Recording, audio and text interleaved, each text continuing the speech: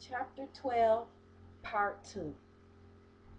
There was a dark blur and something thudded against the sidewalk beside her. Morgan. He landed like a cat, bending his knees, but like a big cat. A three-story jump was pretty steep even for a vampire. Jazz could see the shock reverberated through him as his legs hit concrete, and then he fell forward. That must hurt, she thought with distant sympathy. But the next instant he was up again. He was by her side and bending over her. Are you all right? He was yelling it both aloud and telepathically. His dark hair was loose and flying. His green eyes were wild. Jazz! Oh, it was you who yelled when I jumped, Jazz thought. I should have known. She blinked up at him. Of course I'm all right, she said hazily. She tugged at the kid lying on her. Iona, are you all right? Iona stirred. Both her hands were clutching Jazz's jacket in front, but she sat up a little without letting go. There was a burnt patch on her sleeve, but no fire. Her velvety brown eyes were huge and misty. She looked sad and confused. That was really scary, she said. I know, Jazz gulped. She wasn't any good at talking about emotional things, but right now the words spilled out without conscious effort. I'm sorry, Iona. I'm so sorry. I'm so sorry. We shouldn't have done that. It was a very bad thing to do, and I'm really sorry. And we're going to take you home now. Nobody's going to hurt you. We're going to take you back to your mom. The velvety eyes were still unhappy, tired and unhappy, and reproachful. Jazz had never felt like more of a monster, not even that night in Roar Woods when she had realized she was hunting her own kind. Iona's gaze remained steady, but her chin quivered. Jazz looked at Morgan. Can you erase her memory? I can't see any reason why she should have to remember all this. He was still breathing quickly, his face pale, and his pupils dilated, but he looked at Iona and nodded. Yeah, I can wipe her. Because she's not the wild power, Jazz said levelly, as if making a comment about the weather. Morgan flinched. Then he shoved his hair back with his knuckles, his eyes shutting briefly. She's an extraordinary kid, and I don't know exactly what she's going to be. Maybe president or some great doctor or bi- bio, biotonist or something. Something special because she's got that inner light. Something that keeps her from getting mad or mean or hysterical. But that's got nothing to do with being a wild power. All right, I know already, Morgan yelled, and Jazz realized she was babbling. She shut up. Morgan took a breath and put his hand down. She's not it. I was wrong. I made a bad mistake.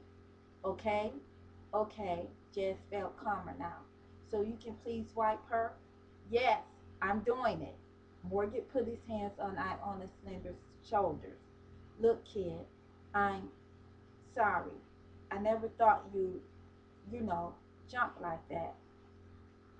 Iona didn't say anything. If he wanted forgiveness, he wasn't getting it. He took a deep breath and went on. This has been a pretty rotten day, hasn't it? So why don't you just forget all about it, and before you know it, you'll be home. Jazz could feel him reach out with his mind, touching the child's consciousness with his power. Iona's eyes shifted. She looked at Jazz uncertainly. It's okay, Jazz whispered. It won't hurt. She hung on to Iona's gaze, trying to comfort her as Morgan's suggestions took hold. You don't ever have to remember this, Morgan said, his voice soothing now, gentle. So why don't you just go to sleep? You can have a little nap, and when you wake up, you'll be home. Iona's eyelids were closing. At the last possible second, she gave Jess a tiny sleepy smile, just the barest change of expression, but it seemed to ease the tightness in Jess's chest. And then Iona's lashes were lying heavy on her cheeks, and her breathing was deep and regular. Jazz sat up and gently put the sleeping child on the sidewalk. She smoothed back one straight pigtail and watched the little chest rise and fall a couple of times. Then she looked up at Morgan. Thanks.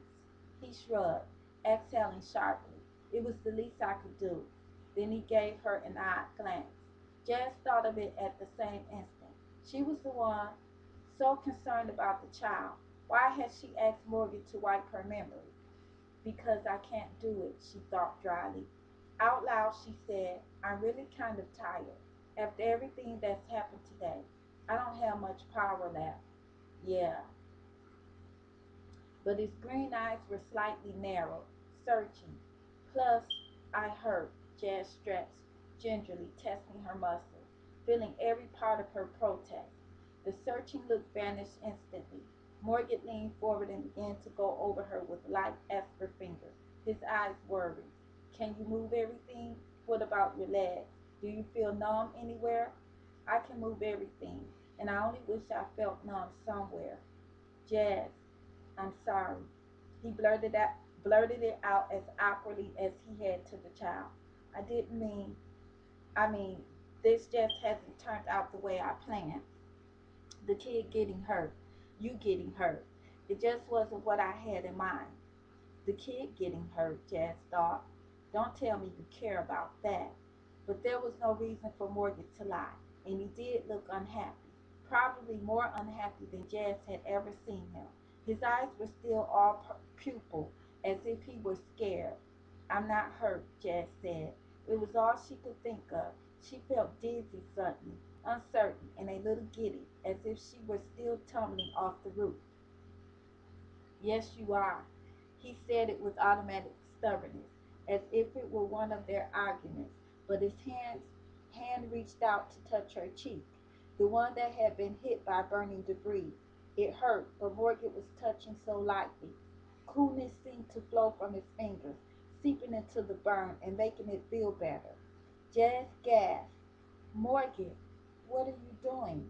Giving you some power. You're low and you need it. Giving her power. She'd never heard of such a thing. But he was doing it. She could feel her skin healing itself faster, could feel his strength pour into her. It was a strange sensation. It made her shiver inwardly. Morgan, his eyes were fixed on her face, and suddenly they were all Jazz could see. The rest of the world was a blur. All she could hear was the soft catch in his breath. All she could feel was the gentleness of his touch. Jazz. They were leaning toward each other, or falling.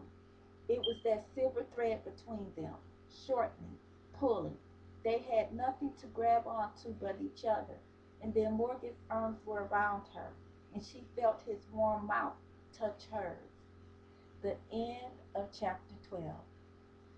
I would like to thank you all for coming out to T. Lorton Council to hear the storytelling that have been told by myself from the author of Huntress, L.J. Smith.